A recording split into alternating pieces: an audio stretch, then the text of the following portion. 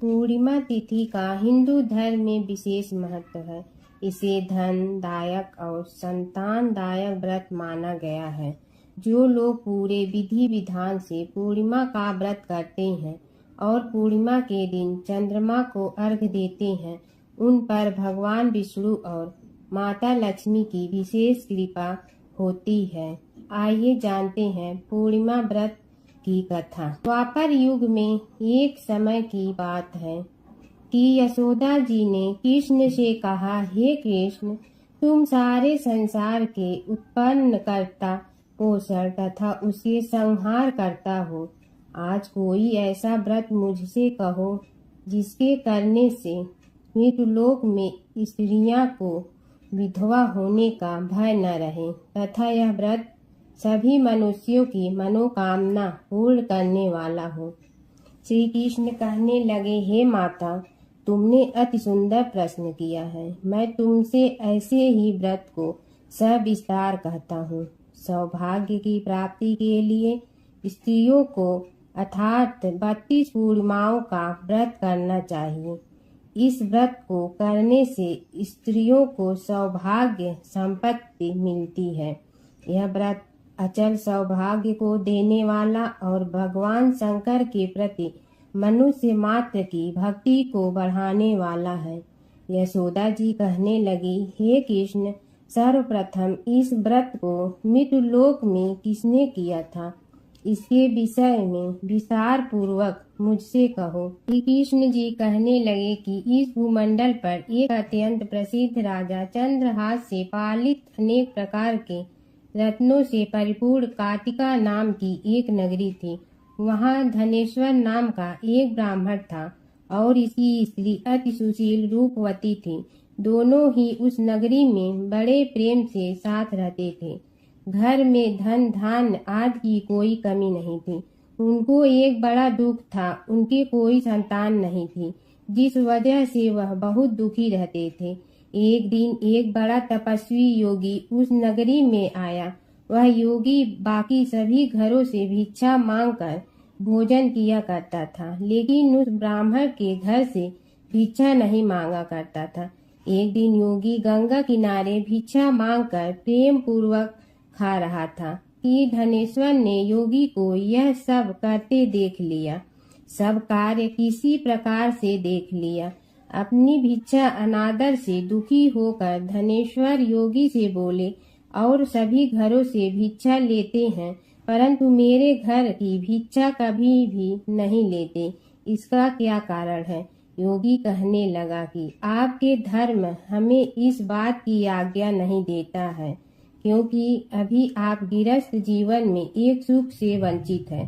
आपके घर संतान होने पर मैं आपके घर से भी भिक्षा स्वीकार कर लूंगा। उन्होंने कहा कि जिसे संतान नहीं है उसके घर से भिक्षा लेने से मेरे भी पतित हो जाने का भय है। धनेश्वर यह सब बात सुनकर बहुत दुखी हुआ और हाथ जोड़कर योगी के पैरों पर गिर पड़ा तथा दुखी मन से कहने लगा कि आप मुझे संतान प्राप्ति के उपाय बताइए। आप सर्वज्ञ हैं, मुझ पर अवश्य ही यह कृपा कीजिए। धन की मेरे घर में कोई कमी नहीं है, लेकिन मैं संतान न होने के कारण अत्यंत दुखी हूँ। आप मेरे इस दुख का हरण कीजिए। यह सुनकर योगी कहने लगे, तुम चंडी की आराधना करो। घर पहुंचकर उन्होंने यह सारी बात अपनी पत्नी को बताई और खुद वन में चला गया। वन में पहुंचकर उसने चंडी की आराधना की और उपवास किया। चंडी ने 16 दिन उसको सपने में दर्शन दिए और कहा कि हे धनेश्वर, जा तेरे पुत्र होगा, लेकिन उसकी आयु सिर्फ 16 वर्ष होगी। 16 वर्ष की आयु में ही उसकी मृत्यु हो जाएगी। अगर तुम दोनों स्त्री और पुरुष 32 पूर्णिमाओं को व्रत करोगे तो यह दीर्घायु हो जाएगा। जितनी तुम्हारी सामर्थ्य हो उतने आंचे के दिए जलाकर शिव जी का पूजन करना, लेकिन पूर्णमासी 32 ही होनी चाहिए। सुबह होती ही तुम्हें इस स्थान के पास एक आम का पेड़ दिखाई देगा। उस पर चढ़कर एक फल तोड़कर अपने घर चले जाना। अपनी स्त्री का इस बारे में बताना। सुबह स्नान होने के बाद वह स्वच्छ होकर शंकर जी का ध्यान करके उस फल को खा ले। तब शंकर भगवान की कृपा से उसको गर्भ हो जाएगा। जब ब्राह्मण सुबह उठा तो उसे उस स्थान पर आम का पेड़ दिखाई दिया और वह उससे फल तोड़ने के चढ़ा, लेकिन वह पेड़ पर चढ़ नहीं पा रहा था। यह देखकर उसे बड़ी चिंता हुई। उसने भगवान गणेश की उपासना की और कहा, हे दयानिधि, अपने भक्तों के विघ्नों का नाश करके उनके मंगल कार्य को करने वाले, दुष्ट का नाश करने वाले, रिद्धि सिद्धि देने वाले, आप मुझे इतना बल दे कि मैं अपनी मनोकामना पूरी कर सकूं। इसके बाद वह पेड़ से फल तोड़कर अपनी पत्नी के पास पहुंचा। उसकी पत्नी ने अपने पति के कहे अनुसार इस फल को खा लिया और वह गर्भवती हो गई। देवी की कृपा से उसे बहुत सुंदर पुत्र पैदा हुआ। उसका नाम उन्होंने देवी दास रखा। माता पिता के हर्ष और शोक के साथ वह बालक बढ़ने लगा। भगवान की कृपा से बालक बहुत ही सुंदर था, सुशील और पढ़ाई लिखाई में भी बहुत ही निपुण था। दुर्गा जी की कथा अनुसार उसकी माता से 32 पूर्णमासी का व्रत रखा। जैसे ही 16वां वर्ग लगा, दोनों पति पत्नी बहुत दुखी हुए, कहीं उनके पुत्र की मृत्यु न हो जाए। उन्होंने सोचा कि अगर उनके सामने यह सब हुआ तो वह कैसा देख पाएंगे। तभी उन्होंने देवीदास के मामा को बुलाया और 1 वर्ष के लिए देवीदास को काशी में पढ़ने के लिए भेज दिया। 1 वर्ष के बाद उसे वापस लेकर आ जाना। देवीदास अपनी माता के साथ एक घोड़े पर सवार होकर चल दिया। उसके मामा को भी यह बात पता नहीं था। दोनों पति पत्नी से 32 पूर्णमासी का व्रत पूरा किया। दूसरी तरफ मामा और भांजा दोनों रात गुजारने के लिए रास्ते में एक गांव में रुके। उस दिन उस गांव में ब्राह्मण की कन्या का विवाह होने वाला था। जिस धर्मशाला में वर और बारात के बाकी लोग रुके हुए थे, उसी धर्मशाला में देवीदास और उसका मामा ठहर गए। उधर कन्या को तेल आज चढ़ाने के बाद जब लग्न का समय आया तो वर की तबीयत खराब हो गई। वर के पिता ने अपने परिवार वालों से विचार विमर्श करके कहा कि यह देवीदास मेरे पुत्र जैसा ही है, मैं इसके साथ लगन करा दूं और बाद में बाकी सारे काम मेरे बेटे के साथ पूरे हो जाएंगे। ऐसे कहने के बाद वर के पिता देवीदास को मांगने के लिए उसके मामा के पास गए और उन्हीं सारी बात बताई। मामा ने कहा कि कन्यादान में जो कुछ भी मिलेगा वो हमें दे दिया जाए। वर के पिता ने बात स्वीकार कर ली। इसके बाद देवीदास का विवाह कन्या के साथ संपन्न हो गया। इसके बाद वह अपनी पत्नी के साथ भोजन न कर सका और मन में विचार करने लगा कि न जाने यह किसी पत्नी होगी। यह सोचकर उसकी आंखों में आंसू आ गए। तब वधू ने पूछा कि क्या बात है, आप उदास क्यों हैं? तब उसने सारी बातें पत्नी को बता दी। तब कन्या कहने लगी, यह ब्रह्मा विवाद के विपरीत है। आप ही मेरे पति हैं, मैं आपकी पत्नी रहूंगी, किसी अन्य की कभी नहीं। तब देवीदास ने कहा, ऐसा मत करिए, क्योंकि मेरी आय बहुत कम है, मेरे बाद आपका क्या होगा। लेकिन उसकी पत्नी नहीं मानी और बोली, स्वामी आप भोजन कीजिए। दोनों रात में सोने के लिए चले गए। सुबह देवीदास ने पत्नी को 4 नगों से जड़ी एक अंगूठी दी और एक रुमाल दिया और बोला कि हे प्रिय, इसे लो और संकेत समझकर स्थिर चित्त हो जाओ। मेरे मरण और जीवन जानने के लिए एक पुष्प वाटिका बना लो, उसमें सुगंधित वाली एक नव मल्लिका लगा लो, उसको प्रतिदिन जल से सींचा करे और आनंद के साथ खेलो कूदो। जिस समय और जिस दिन मेरा प्राणांत होगा उस दिन यह फूल सूख जाएंगे। जब यह फिर से हरे हो जाए तो जान लेना मैं जीवित हूँ। यह समझाकर वह वहां से चला गया। इसके बाद वह जब वर और बाकी बाराती मंडप में आए तो कन्या ने उसे देखकर कहा कि ये मेरे पति नहीं है, मेरे पति वह हैं जिनके साथ रात में विवाद हुआ है, इसके साथ मेरा विवाह नहीं हुआ है। अगर यह वही है तो यह बताए कि मैंने इसके क्या दिए हैं। साथ ही कन्यादान के समय को आभूषण मिले उन्हें दिखाए। कन्या की ये सारी बातें सुनकर वह कहने लगा कि मैं यह सब नहीं जानता। इसके बाद सारी बारात भी अपमानित होकर लौट गई। भगवान कृष्ण बोले, हे माता, इस प्रकार देवी दास काशी चला गया।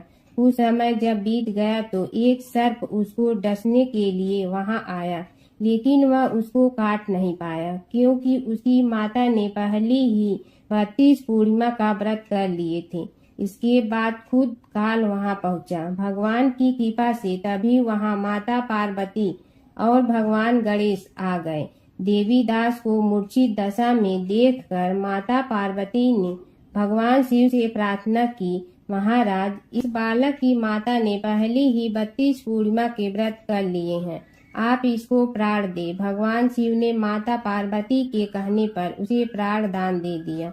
उधर उसकी पत्नी उसके काल की प्रतीक्षा कर रही थी।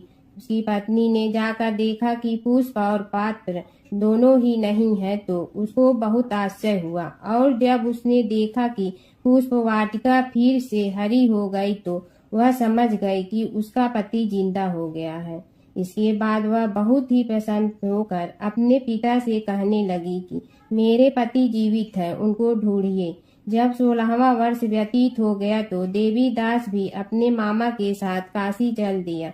इधर उसकी पत्नी के परिवार वाले उसे ढूंढने के लिए जा रहे थे कि उन्होंने देखा कि देवी दास और उसका मामा उधर ही आ रहे थे। उसको देखकर उनके ससुर बहुत प्रसन्न हुए और उसे अपने घर ले आए। वहाँ सारा वर इकट्ठा हो गया और कन्या ने भी उसे पहचान लिया। देवी दास ने इसके बाद अपनी पत्नी और मामा को लेकर वहाँ से चल दिया। उसके ससुर ने भी उसे बहुत धन दहेज दिया।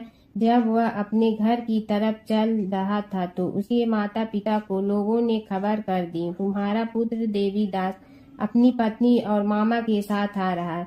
ऐसा समाचार सुनकर पहले तो उन्हें विश्वास नहीं हुआ, लेकिन जब देवी दास आया और उसने अपने माता पिता के पैर छुए तो देवी दास के माता पिता ने उनका माथा चूमा और दोनों को अपने सीने से लगा लिया।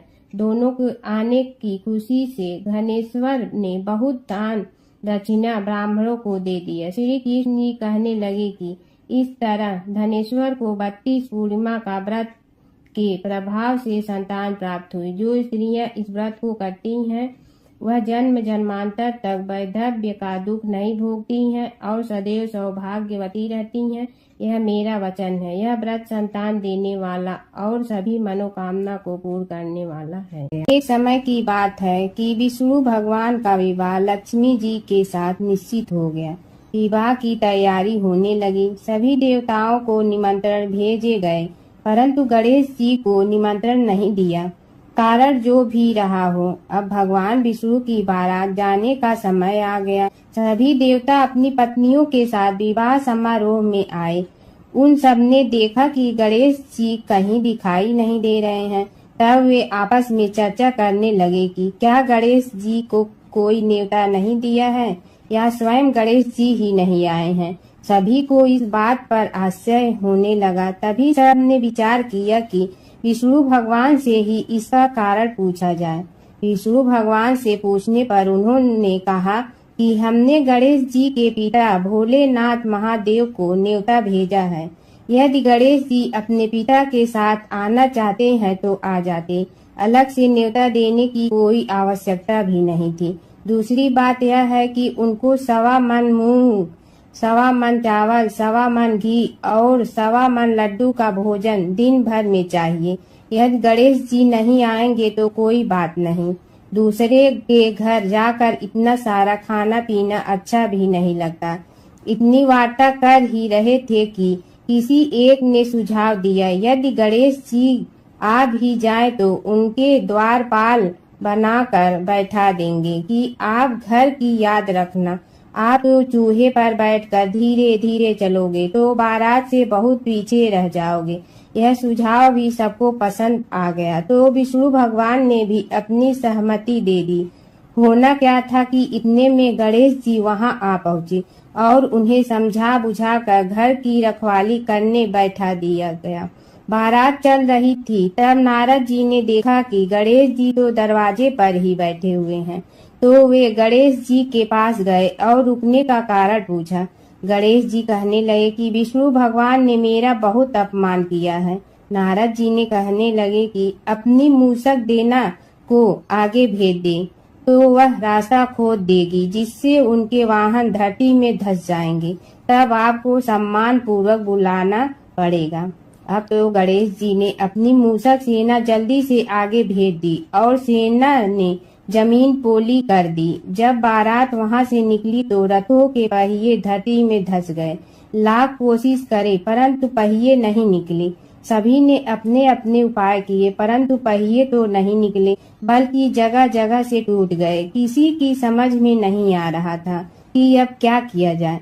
तब तो नारद जी ने कहा, आप लोगों ने गणेश जी का अपमान करके अच्छा नहीं किया। यदि उन्हें मना कर लाया जाए तो आपका कार्य सिद्ध हो सकता है और यह संकट टल सकता है। शंकर भगवान ने अपने दूत नंदी को भेजा और वे गणेश जी को लेकर आए। गणेश जी का आदर सम्मान के साथ पूजन किया। तब कहीं रथ के पहिए निकले। अब रथ के पहिए निकल के परंतु टूट फूट गए तो उन्हें सुधारे गए। पास के खेत में खाती काम कर रहा था, उसे बुलाया गया। खाती अपना कार्य करने के पहले श्री गणेशाय नमः कहकर गणेश जी की वंदना मन ही मन करने लगा। देखते ही देखते खाती ने सभी पहियों को ठीक कर दिया।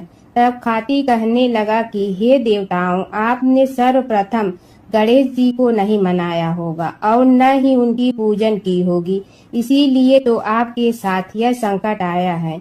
हम तो मूर्ख अज्ञानी हैं, फिर भी पहले गणेश जी को पूजते हैं, उनका ध्यान करते हैं। आप लोग तो देवतागण हैं, फिर भी आप गणेश जी को कैसे भूल गए। अब आप लोग भगवान श्री गणेश जी की जय बोल कर जाएं तो आपके सब काम बन जाएंगे और संकट कट जाएंगे। ऐसा कहते हुए बारात वहां से चल दी और विष्णु भगवान को लक्ष्मी जी के साथ विवाह संपन्न करा के सभी सकुशल घर लौट आए। हे गणेश जी महाराज, आपने विष्णु को जैसे कारज सारियो ऐसे कारज सबको सिद्ध कर जो। बोलो गजानन भगवान की जय। भगवान विष्णु और नारद की कथा। एक बार नारद मुनि जी ने भगवान विष्णु जी से पूछा, हे भगवान, आपका इस समय सबसे प्रिय भक्त कौन है। अब विष्णु तो भगवान हैं, सो झट से समझ गए अपने भक्त नारद मुनि की बात और मुस्कुरा कर बोले, मेरा सबसे प्रिय भक्त उस गांव का एक किसान है। यह सुनकर नारद मुनि जी थोड़ा निराश हुए और फिर से एक प्रश्न किया, हे भगवान, आपका बड़ा भक्त तो मैं हूँ, तो फिर सबसे प्रिय क्यों नहीं। भगवान विष्णु जी ने नारद मुनि जी से कहा, इसका जवाब तो तुम खुद ही दोगे। जाओ, एक दिन उसके घर रहो और फिर सारी बात मुझे बताना। नारद मुनि जी सुबह सवेरे मुंह अंधेरे उस किसान के घर पहुंच गए। देखा अभी अभी किसान जगा है और उसने अब सबसे पहले अपने जानवरों को चारा देता, फिर मुंह धोता, दैनिक कार्यों से निवृत्त होता, जल्दी जल्दी भगवान का नाम लिया, रूखी सूखी रोटी खाकर जल्दी जल्दी अपने खेतों पर चला गया। सारा दिन खेतों में काम किया और शाम को वापस घर आया। जानवरों को अपनी जगह बांधा, उन्हें चारा पानी डाला, हाथ धोया, मुंह धोया, फिर थोड़ी देर भगवान का नाम लिया, फिर परिवार के संग बैठकर खाना खाया और कुछ बातें की और फिर से सो गया। अब सारा दिन यह सब देखकर नारद मुनि जी भगवान विष्णु के पास वापिस आए और बोले, भगवान, मैं आज सारा दिन उस किसान के संग रहा, लेकिन वो तो ढंग से आपका नाम भी नहीं ले सकता। उसने थोड़ी देर सुबह, थोड़ी देर शाम को और भी जल्दी जल्दी आपका ध्यान किया और मैं तो 24 घंटे सिर्फ आपका ही नाम जपता हूँ। क्या आप आपका सबसे प्रिय भक्त वो गरीब किसान ही है। भगवान विष्णु जी ने नारद की बात सुनकर कहा, अब इसका जवाब भी तुम मुझे खुद ही देना। और भगवान विष्णु जी ने एक कलश अमृत से भरा नारद मुनि को थमाया और बोले, इस कलश को लेकर तुम तीनों लोकों की परिक्रमा कर के आओ, लेकिन ध्यान रहे अगर एक बूंद भी अमृत नीचे गिरा तो तुम्हारी सारी भक्ति और पुण्य नष्ट हो जाएगी। नारद मुनि तीनों लोकों की परिक्रमा करके जब भगवान विष्णु के पास वापस आए तो खुश होकर बोले, भगवान मैंने एक बूंद भी अमृत नीचे नहीं गिरने दिया। विष्णु भगवान ने पूछा, और इस दौरान तुमने मेरा नाम कितना बार लिया, मेरा स्मरण कितनी बार किया? तो नारद बोले, अरे भगवान जी, मेरा तो सारा ध्यान इस अमृत पर था, फिर आपका ध्यान कैसे करता? भगवान विष्णु ने कहा, हे नारद, देखो उस किसान को, वो अपना कर्म करते हुए भी नियमित रूप से मेरा स्मरण करता है, क्योंकि जो अपना कर्म करते हुए भी मेरा जाप करे वो ही मेरा सबसे प्रिय भक्त है।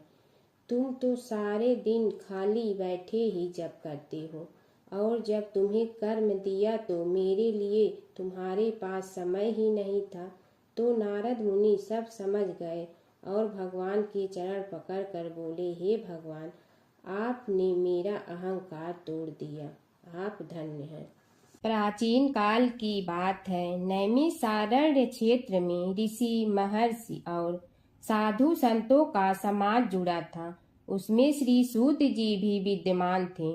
शौनक जी ने उनकी सेवा में उपस्थित होकर निवेदन किया कि हे अज्ञान रूप घोर तिमिर को नष्ट करने में करोड़ों सूर्यों के समान प्रकाशमान श्री सूत जी हमारे कानों के लिए अमृत के समान जीवन प्रदान करने वाले कथा तत्व का वर्णन कीजिए।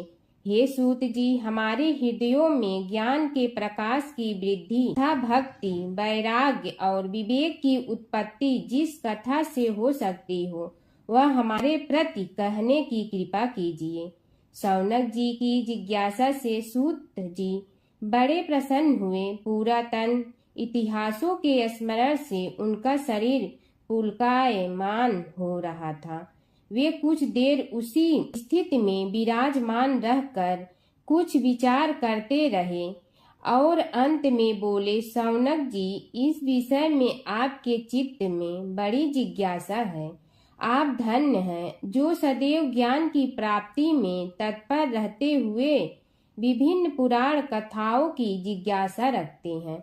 आज मैं आपको ज्ञान के परम स्रोत रूप श्री गणेश जी का जन्म कर्म रूप चरित्र सुनाऊंगा।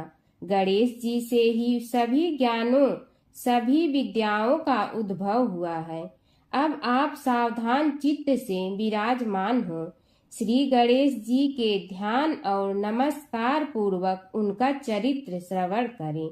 नमस्तस्मै गणेशाय ब्रह्मा विद्या प्रदायिनी यनागस्त्यसमः साक्षात विघ्न सागर सोषणे।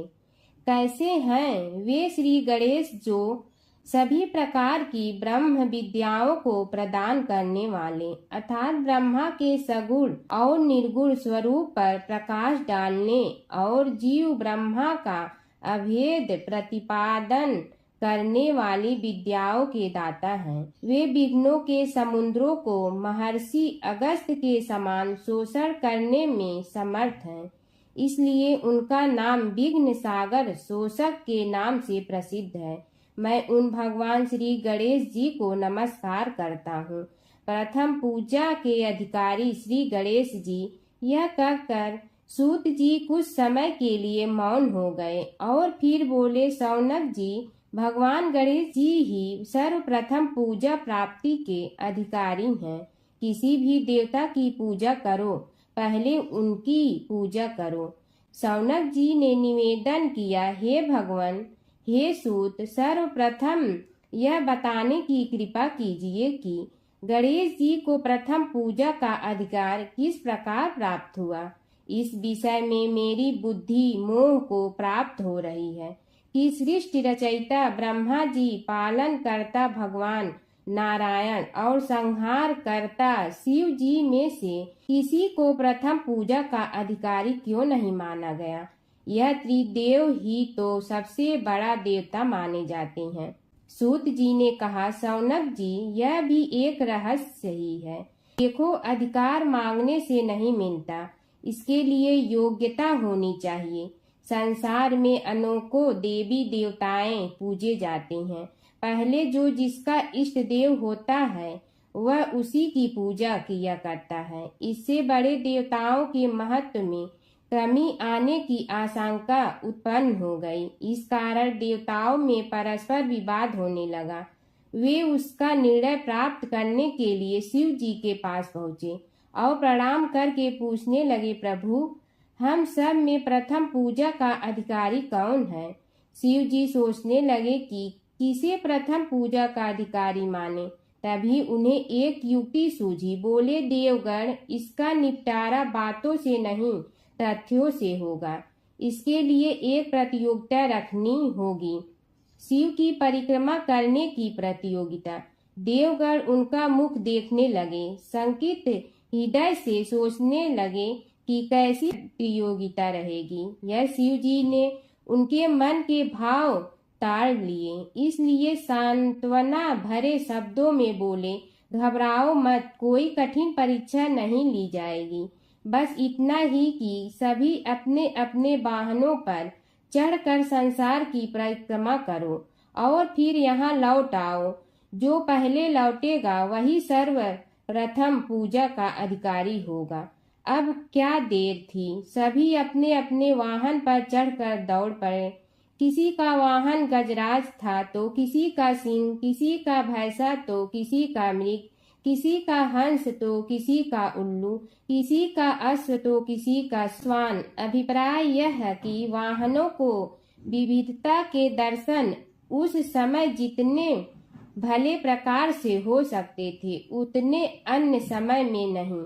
सबसे गया बीता वाहन गणेश जी का था मूषक, उससे चूहा भी कहते हैं। ऐसे वाहन के बल भरोसे इस प्रतियोगिता में सफल होना तो क्या, सम्मिलित होना भी हास्यास्पद है। गणेश जी ने सोचा, छोड़ो, क्या होगा प्रतियोगिता में भाग लेने से, हम तो यहाँ बैठे रहकर ही तमाशा देखेंगे। वे बहुत देर तक विचार करते रहे। अंत में उन्हें एक युक्ति सूझी। शिव जी स्वयं ही जगदाता हैं, यह संसार उन्हीं का प्रतिबिंब है, तब क्यों न इन्हीं की परिक्रमा कर ली जाए। इनकी परिक्रमा करने से ही संसार की परिक्रमा हो जाएगी। ऐसा निश्चय कर उन्होंने मूषक पर चढ़कर शिव जी की परिक्रमा की और उनके समक्ष जा पहुँचे। शिव जी ने कहा, तुमने परिक्रमा पूर्ण कर ली। उन्होंने उत्तर दिया, जी हाँ। शिव जी सोचने लगे कि इसे तो यहीं घूमते हुए देखा, फिर परिक्रमा कैसे कराया।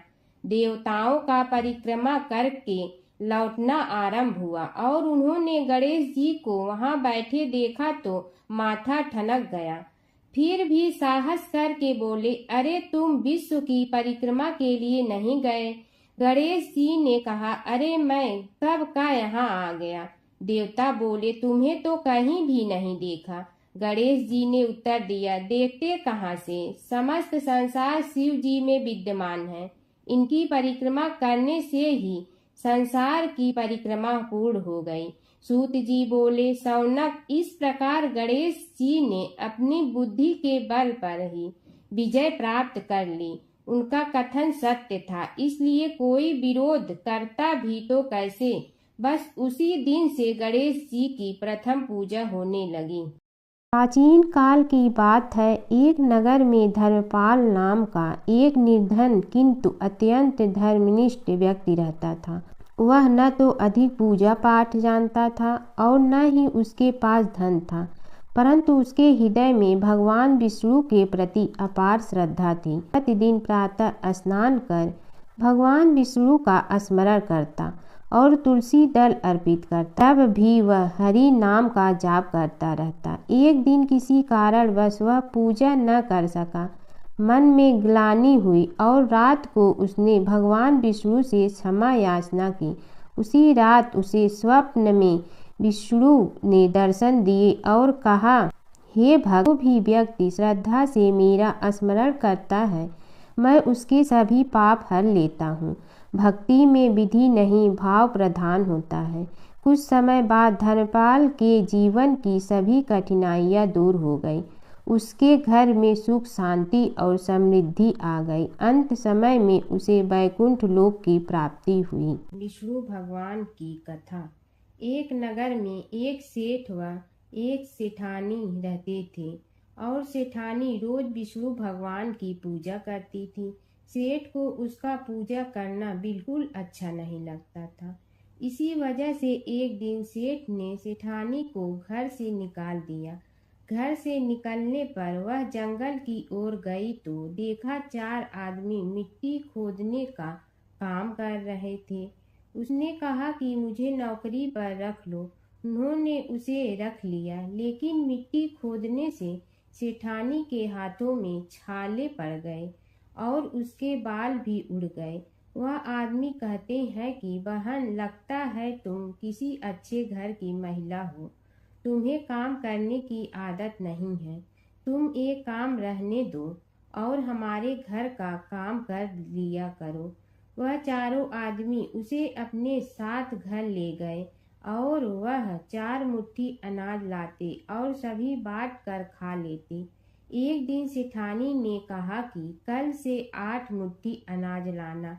अगले दिन वह 8 मुट्ठी अनाज लाए और सेठानी पड़ोसन से आग मांग लाई। उसने भोजन बनाया, विष्णु भगवान को भोग लगाया, फिर सभी को खाने को दिया। सारे भाई बोले कि बहन, आज तो भोजन बहुत स्वादिष्ट बना है। सेठानी ने कहा कि भगवान का जूठा है तो स्वाद तो होगा ही। सेठानी के जाने के बाद सेठ भूखा रहने लगा और आस पड़ोस के सारे लोग कहने लगे कि ये तो सेठानी के भाग्य से खाता था। एक दिन सेठ अपनी सेठानी को ढूंढने चल पड़ा। उसने ढूंढते हुए वह भी उस जंगल में पहुंच गया जहां वह चारों आदमी मिट्टी खोद रहे थे। सेठ ने उन्हें देखा तो कहा कि भाई, मुझे भी काम पर रख लो। उन आदमियों ने उसे काम पर रख लिया, लेकिन मिट्टी खोदने से उसके भी हाथों में छाले पड़ गए और बाल उड़ने लगे। उसकी यह हालत देख चारों बोले कि तुम्हें काम की आदत नहीं है, तुम हमारे साथ चलो और हमारे घर में रह लो।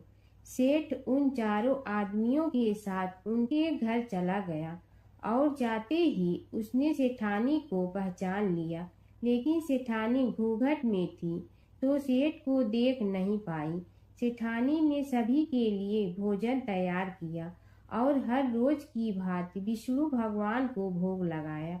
उसने उन चारों भाइयों को भोजन परोस दिया, लेकिन जैसे ही वह सेठ को भोजन देने लगी तो विष्णु भगवान ने उसका हाथ पकड़ लिया। भाई बोले कि बहन, ये तुम क्या कर रही हो? वह बोली, मैं कुछ नहीं कर रही हूँ, मेरा हाथ तो विष्णु भगवान ने पकड़ लिया है। भाई बोले, हमें भी विष्णु भगवान के दर्शन कराओ। उसने भगवान से प्रार्थना की तो विष्णु जी प्रकट हो गए। सभी ने दर्शन किए। सेठ ने सेठानी से क्षमा मांगी और सेठानी को साथ चलने को कहा। भाइयों ने अपनी बहन को बहुत सा धन देकर विदा किया। जब सेठानी के साथ सेठ भी भगवान विष्णु की पूजा करने लगा और उनके परिणाम से उनका घर अन्न धन से भर गया। सूत जी बोले, हे शौनक जी, यह एक तथ्य है कि गणेश जी ही उसके पात्र हैं। वे बड़े देवता का भी कार्य सिद्धि में विघ्न उपस्थित होने पर उन विघ्न राज का आश्रय न लिया हो। हे शौनक, वे देव भी बड़े दयालु हैं। नाम तो शिव जी का ही आशुतोष है, किंतु वे सर्वात्मा और सर्वरक्षक प्रभु तो शिव जी की अपेक्षा भी शीघ्र ही प्रकट हो जाते हैं। उनका भक्त कभी किसी संकट में नहीं पड़ता। यदि प्रारब्ध वशात कभी किसी विपत्ति में पड़ भी जाता है तो गणेश्वर की उपासना करने पर उनके अनुग्रह से उनके समस्त दुख दूर होकर परम सुख की प्राप्ति होती है। शौनक ने कहा, हे सूत जी, हे महाभाग, हे प्रभु, मैं गणेश जी के विभिन्न चरित्रों का अध्ययन करना चाहता हूँ, तो मुझे बताइए कि किस ग्रंथ का अवलोकन करूँ। हे दयामय, आपको तो उनके समस्त चरित्र विदित है कि यदि आप ही उन्हें सुनाने की कृपा करें तो मेरा अत्यधिक उपकार होगा। सूत जी बोले, हे शौनक भगवान, गणेश्वर के इतने चरित्र हैं कि उन सब का कथन इस जीवा से संभव नहीं, क्योंकि प्रभु अनंत, प्रभु चरित अनंता वाली बात समस्त विद्वान ऋषि मुनि कहते हैं। फिर भी गणेश जी प्रथम पूजा के अधिकारी होने के कारण समस्त देव चरित्रों में जुड़े हुए हैं, इसलिए उनका प्रभाव भी सर्वाधिक व्यापक है। हे मुने, हे शौनक, वे भगवान सर्व समर्थ हैं, वे सभी का तिरस्कार करने में समर्थ हैं, किंतु उनका तिरस्कार कोई भी नहीं कर सकता। यह त्रिलोक्य उन्हीं भगवान के संकेत पर नित्य करता है, इसकी समस्त क्रियाएं उन्हीं की इच्छा पर आश्रित हैं। हे शौनक भगवान, गणेश्वर स्वयं कहते हैं, शिवे विष्णु च शक्तौ च सूर्ये मयि निराधिप यो भेद बुद्धि योगः स सम्य योगो मतो मम। हे नरेश्वर, हे वरेण्य, शिव, विष्णु, शक्ति, सूर्य और मुझ गणेश में जो अभेद बुद्धि योग है, मेरे मत में वही सम्यक योग है। इससे यह भी सिद्ध है कि समस्त देवता उन्हीं के स्वरूप हैं, वे ही भगवान विभिन्न कार्य रूपों के अनुसार अपना भिन्न भिन्न नाम रखते हैं। हे मुनि श्रेष्ठ, उन सब देवताओं के चरित्र भी उन्हीं गणराज के चरित्र हैं। यद्यपि सब चरित्र एक ही ग्रंथ में मिलने में संभव नहीं है, फिर भी गणेश्वर के अनेकों प्रमुख चरित्रों का वर्णन गणेश पुराण में हुआ है। राजा सोमकांत का वृतांत कथन। शौनक जी ने पूछा, हे प्रभु, गणेश पुराण का आरंभ किस प्रकार हुआ, यह मुझे बताने की कृपा करे। इस पर सूत जी ने कहने लगे, हे शौनक, यद्यपि गणेश पुराण है तो बहुत प्राचीन, क्योंकि भगवान गणेश्वर तो आदि हैं। न जाने कब से गणेश जी अपने उपासकों पर कृपा करते चले आ रहे हैं। उनके अनंत चरित्र हैं, जिनका संग्रह एक महापुराण का रूप ले सकता है। उसे एक बार भगवान नारायण ने नारद जी को और भगवान ने शंकर और जगन जननी पार्वती जी को सुनाया था। बाद में वही पुराण संक्षेप रूप में ब्रह्मा जी ने महर्षि वेद व्यास को सुनाया और फिर व्यास जी ने महर्षि भृगु को सुनाया। भृगु ने कृपा करके सौराष्ट्र के एक राजा सोमकांत को सुनाया था। तब से वह पुराण अनेक कथाओं में विस्तृत होता रहा और अनेक कथाओं से रहित होता हुआ अनेक रूप में प्रचलित है। शौनक जी ने पूछा, भगवान, आप यह बताने का कष्ट करें कि राजा सोमकांत कौन था, उसने महर्षि से गणेश पुराण का श्रवण कहाँ किया था, उस पुराण के श्रवण से उसे क्या क्या उपलब्धियां हुई। हे नाथ, मुझे श्री गणेश्वर की कथा के प्रति उत्कंठा बढ़ती ही जा रही है।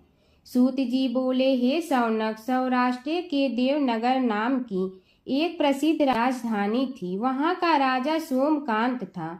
वह अपनी प्रजा का पुत्र के समान पालन करता था। वह वेद ज्ञान संपन्न, शस्त्र विद्या में पारंगत एवं प्रबल प्रतापी राजा, समस्त राजाओं में मान्य तथा अत्यंत वैभवशाली था। उसका ऐश्वर्य कुबेर के भी ऐश्वर्य को लज्जित करता था। उसने अपने पराक्रम से अनेकों देश जीत लिए थे। उसकी पत्नी अत्यंत रूपवती, गुणवती, धर्माज्ञा एवं पतिव्रत धर्म का पालन करने वाली थी। वह सदैव अपने प्राणनाथ की सेवा में लगी रहती थी। उसका नाम सुधर्मा था। जैसे वह पतिव्रता थी, वैसे ही राजा भी एक पत्नी व्रता का पालन करने लगा। उसके हेमकांत नामक एक सुंदर पुत्र था। वह भी सभी विद्याओं का ज्ञाता और अस्त्र शस्त्रादि के अभ्यास में निपुण हो गया था। यह सभी श्रेष्ठ लक्षणों से संपन्न सद्गुणी एवं प्रजा जनों के हितों का अत्यंत पोषक था। इस प्रकार राजा सोमकांत स्त्री पुत्र पशुवाहन राज्य एवं प्रतिष्ठा आदि से सब प्रकार सुखी था। उससे दुख तो था ही नहीं। सभी राजागण उसका हार्दिक सम्मान करते थे तथा उसकी श्रेष्ठ कीर्ति भी संसार व्यापी थी। परंतु युवा अवस्था के अंत में सोमकांत को घृणित कोष्ठ रोग हो गया। उसके अनेक उपचार किए गए किंतु कोई लाभ नहीं हुआ। रोग शीघ्रता से बढ़ने लगा और उसके कीड़े पड़ गए। जब रोग की अधिक वृद्धि होने लगी और उसका कोई उपाय न हो सका तो राजा ने मंत्रियों को बुलाकर कहा, सुव्रतो, जाने किस कारण यह रोग मुझे पीड़ित कर रहा है। अवश्य ही यह किसी पूर्व जन्म के पाप का फल होगा। इसलिए मैं अब अपना समस्त राजपाट छोड़कर वन में रहूंगा। मेरे पुत्र हेमकांत को मेरे समान मानकर राज्य शासन का धर्म पूर्वक संचालन कराते रहें। यह कहकर राजा ने शुभ दिन दिखवाकर अपने पुत्र हेमकांत को राज्य पद पर अभिषेक किया और अपनी पत्नी सुधर्मा के साथ निर्जन वन की ओर चल दिया। प्रजापालक राजा के वियोग में समस्त प्रजा जन अश्रु बहाते हुए उनके साथ चले गए। राज्य की सीमा पर पहुंचकर राजा ने अपने पुत्र अमात्यगण और प्रजा जनों को समझाया, आप सब लोग धर्म के जानने वाले श्रेष्ठ आचरण में तत्पर एवं सहृदय हैं। यह संसार तो वैसे भी परिवर्तनशील है। जो आज है वह कल नहीं था और आने वाले कल में भी नहीं रहेगा। इसलिए मेरे जाने से दुख का कोई कारण नहीं है। मेरे स्थान पर मेरा पुत्र सभी कार्यों को करेगा। इसलिए आप सब उसके अनुशासन में रहते हुए उसे सदैव सम्मान करते रहें। फिर पुत्र से कहा, बेटा, यह स्थिति सभी के समझ आती रही है। हमारे पूर्व पुरुष भी परंपरागत रूप से वृद्धावस्था आने पर वन में जाते रहे हैं। मैं कुछ समय पहले ही वन में जा रहा हूँ तो कुछ पहले या पीछे जाने में कोई अंतर नहीं पड़ता। यदि कुछ वर्ष बाद जाऊं तब भी मोह का त्याग करना ही होगा। इसलिए हे वत्स, तुम दुखित मत हो और मेरी आज्ञा मानकर राज्य शासन को ठीक प्रकार चलाओ। ध्यान रखना, क्षत्रिय धर्म का कभी त्याग न करना और प्रजा को सदा सुखी रखना। इस प्रकार राजा सोमकांत ने सभी को समझा बुझाकर वहां से वापस लौट आया और स्वयं अपनी पतिव्रता भार्या के साथ वन में प्रवेश किया। पुत्र हेमकांत के आग्रह से उसने सुबल और ज्ञान गम्य नामक 2 आत्माओं को भी साथ ले लिया। उन सब ने एक समतल एवं सुंदर स्थान देखकर वहां विश्राम किया। तभी उन्हें एक मुनि कुमार दिखाई दिया। राजा ने उससे पूछा, तुम कौन हो, कहाँ रहते हो? यदि उचित समझो तो मुझे बताओ। मुनि बालक ने कोमल बाड़ी में कहा, मैं महर्षि भृगु का पुत्र हूँ। मेरा नाम च्यवन है। हमारा आश्रम निकट में ही है। अब आप भी अपना परिचय दीजिए। राजा ने कहा, मुनि कुमार, आपका परिचय पाकर मुझे बड़ी प्रसन्नता हुई। मैं सौराष्ट्र के देवनगर नामक राज्य का अधिपति रहा हूँ। अब अपने पुत्र को राज्य देकर मैंने अरण्य की शरण ली है।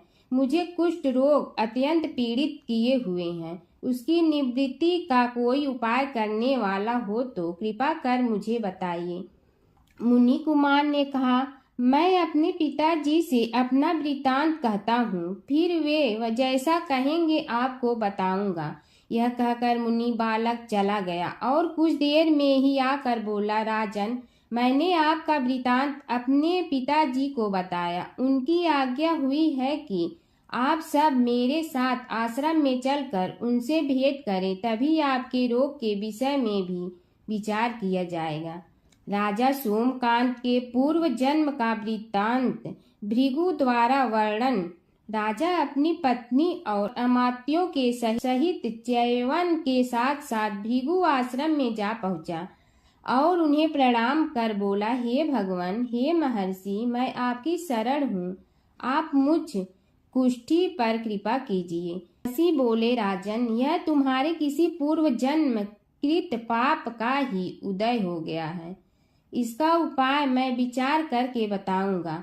आज तो तुम सब स्नान आदि से निवृत्त होकर रात्रि विश्राम करो। महर्षि की आज्ञा अनुसार सबने स्नान भोजन आदि के उपरांत रात्रि व्यतीत की और प्रातः काल स्नान आदि नित्य कर्मों से निवृत्त होकर महर्षि की सेवा में उपस्थित हुए। महर्षि ने कहा, राजन, मैंने तुम्हारे पूर्व जन्म का वृत्तांत जान लिया हूँ और यह भी विदित कर लिया है कि किस पाप के फल से तुम्हें इस रोग की प्राप्ति हुई है। यदि तुम चाहो तो उसे सुना दूं। राजा ने हाथ जोड़कर निवेदन किया, बड़ी कृपा होगी मुनिनाथ, मैं उसे सुनने के लिए उत्कंठित हूँ। महर्षि ने कहा, तुम पूर्व जन्म में एक धनवान वैश्य के लाडले पुत्र थे। वह वैश्य विंध्याचल के निकट कौलहार नामक ग्राम में निवास करता था। उसकी पत्नी का नाम सुलोचना था। तुम उसी वैश्य दंपत के पुत्र हुए। तुम्हारा नाम कामद था। तुम्हारा लालन पालन बड़े लाड चाव से हुआ।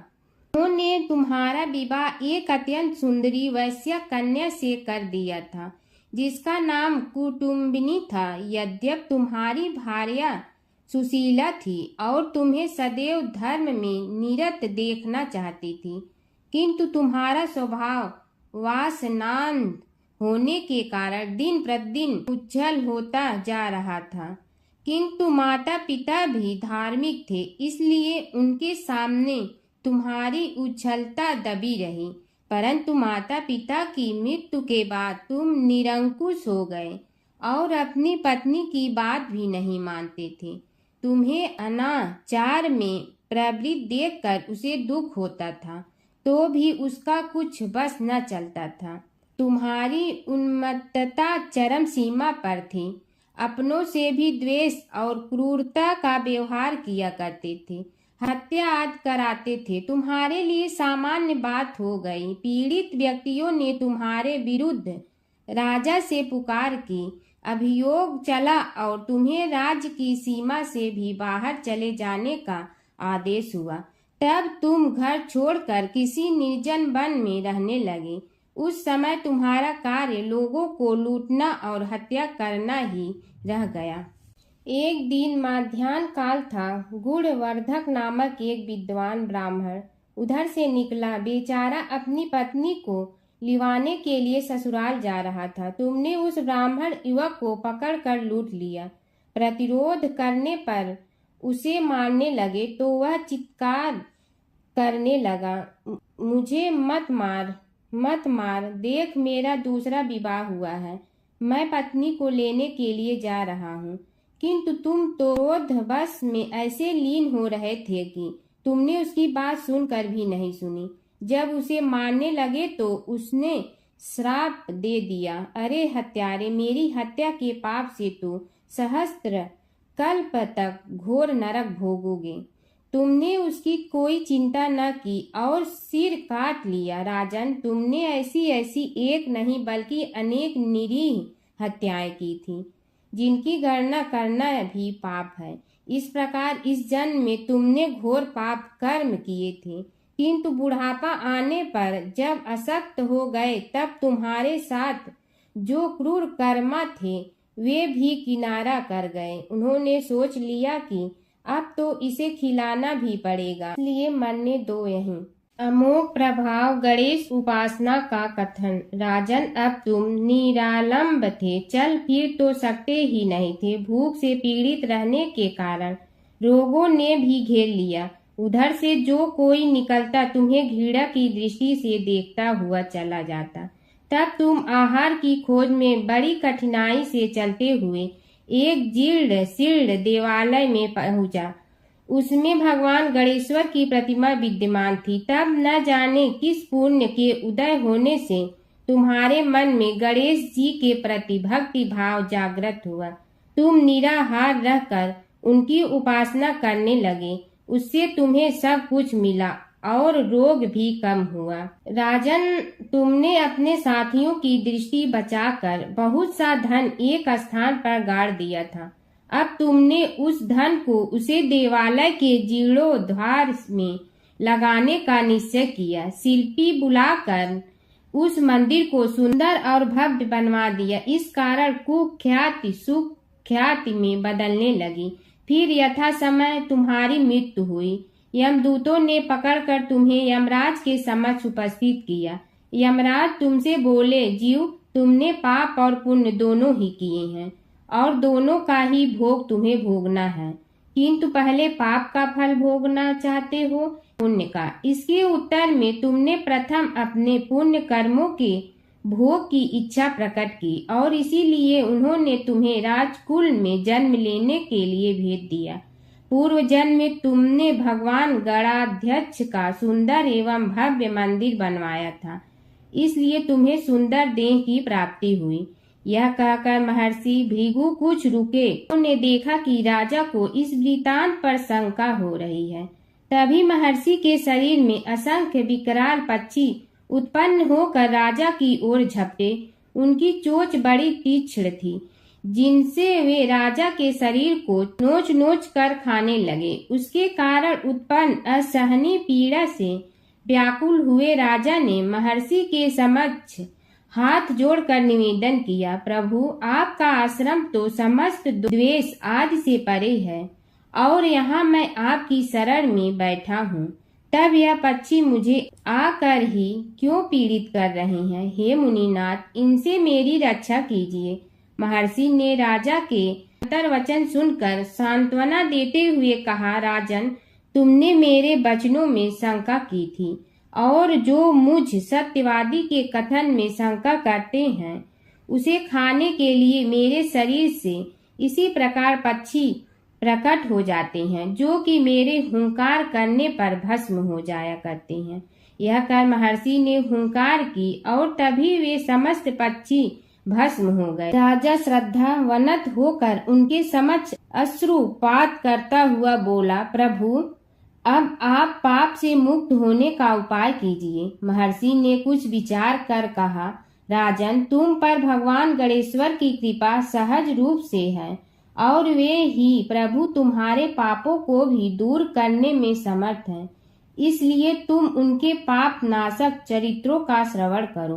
गणेश पुराण में उनके चरित्रों का भले प्रकार वर्णन हुआ है, अतएव तुम श्रद्धा भक्ति पूर्वक उसी को सुनने में चित्त लगाओ। राजा ने प्रार्थना की, महामुनि, मैंने गणेश पुराण का नाम भी आज तक नहीं सुना, तो उनके सुनने का सौभाग्य कैसे प्राप्त कर सकूंगा?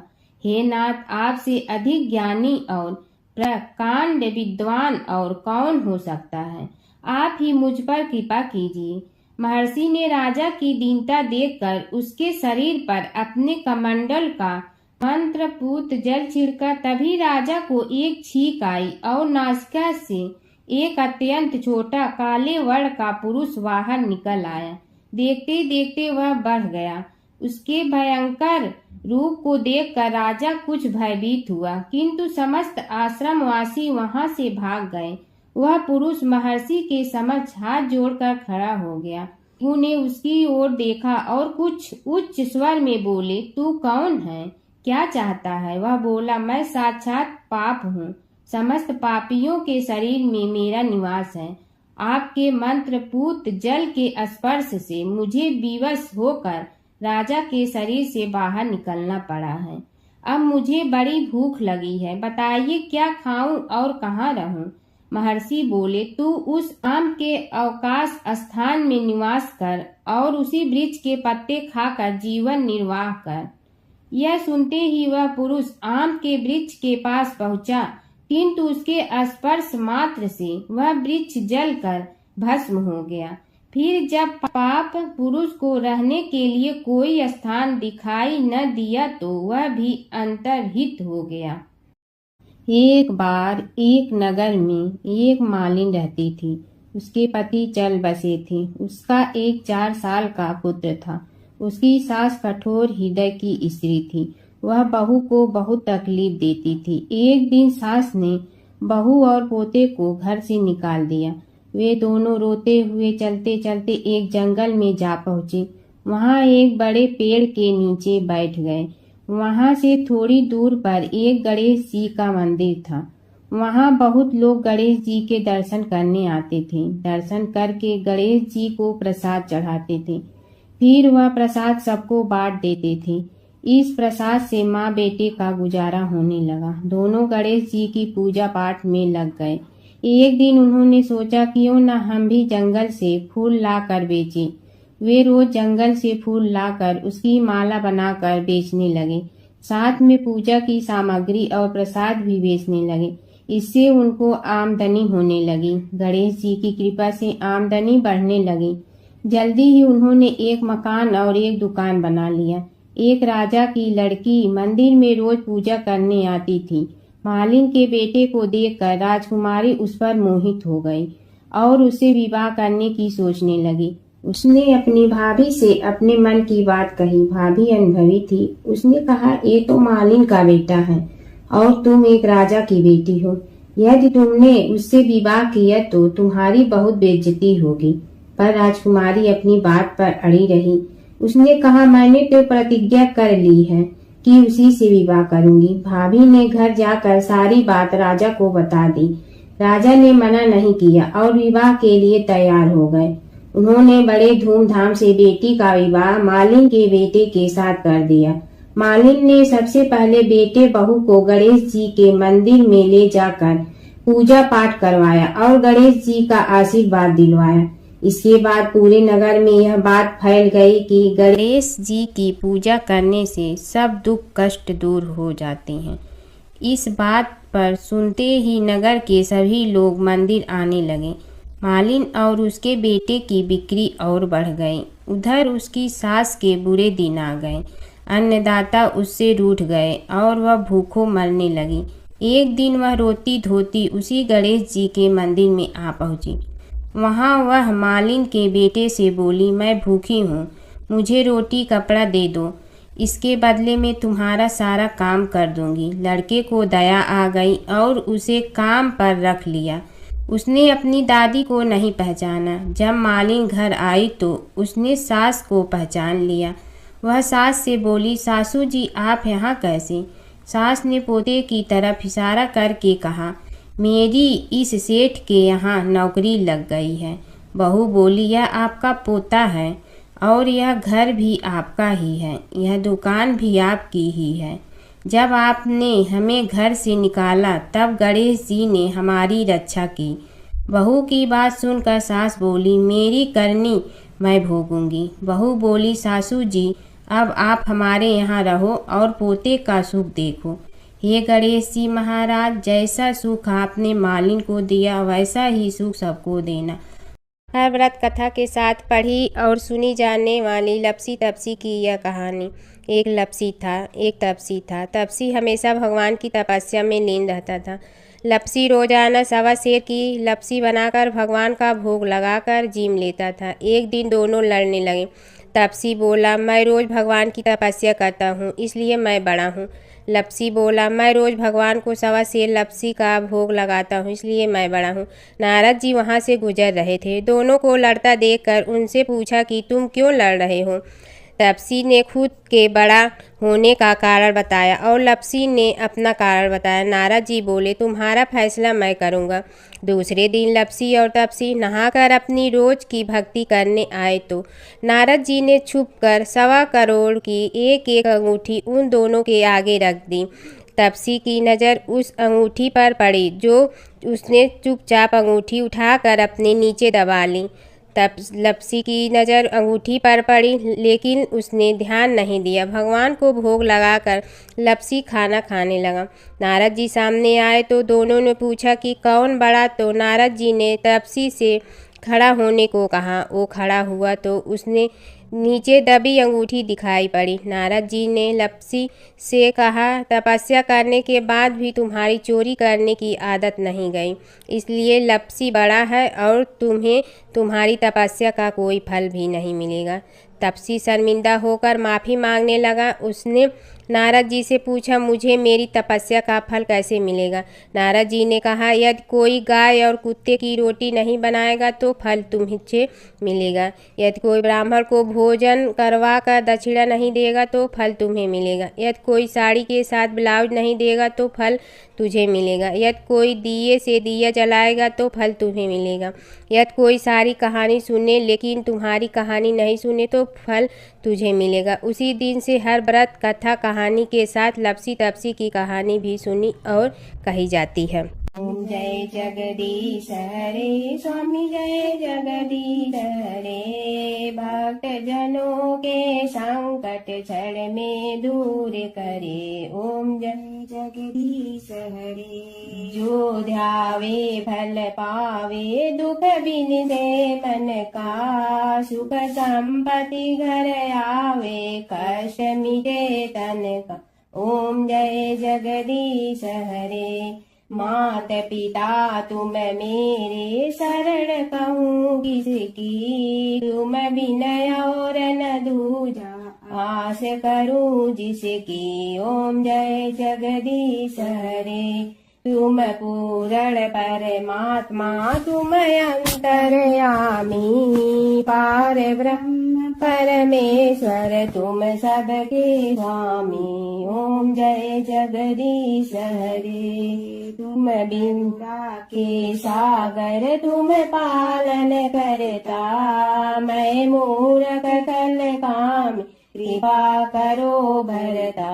ओम जय जगदीश हरे, तुम हो ये कय गोचर, सबके प्राणपति, किस विधि मिलूं दया में, तुमको मैं कुमति। ओम जय जगदीश हरे, दीन बंधु दुख हरता, तुम रक्षक मेरे, अपने हाथ उठाओ द्वार पड़ा तेरे।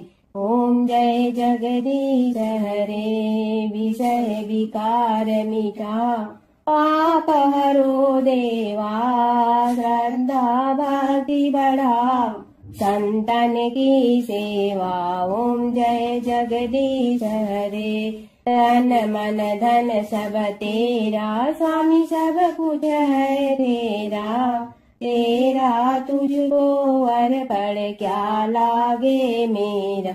ओम जय जगदीश हरे, जय जगदीश हरे, स्वामी जय जगदीश हरे, भक्त जनों के संकट क्षण में दूर करे। ओम जय जगदीश हरे, स्वामी जय जगदीश हरे।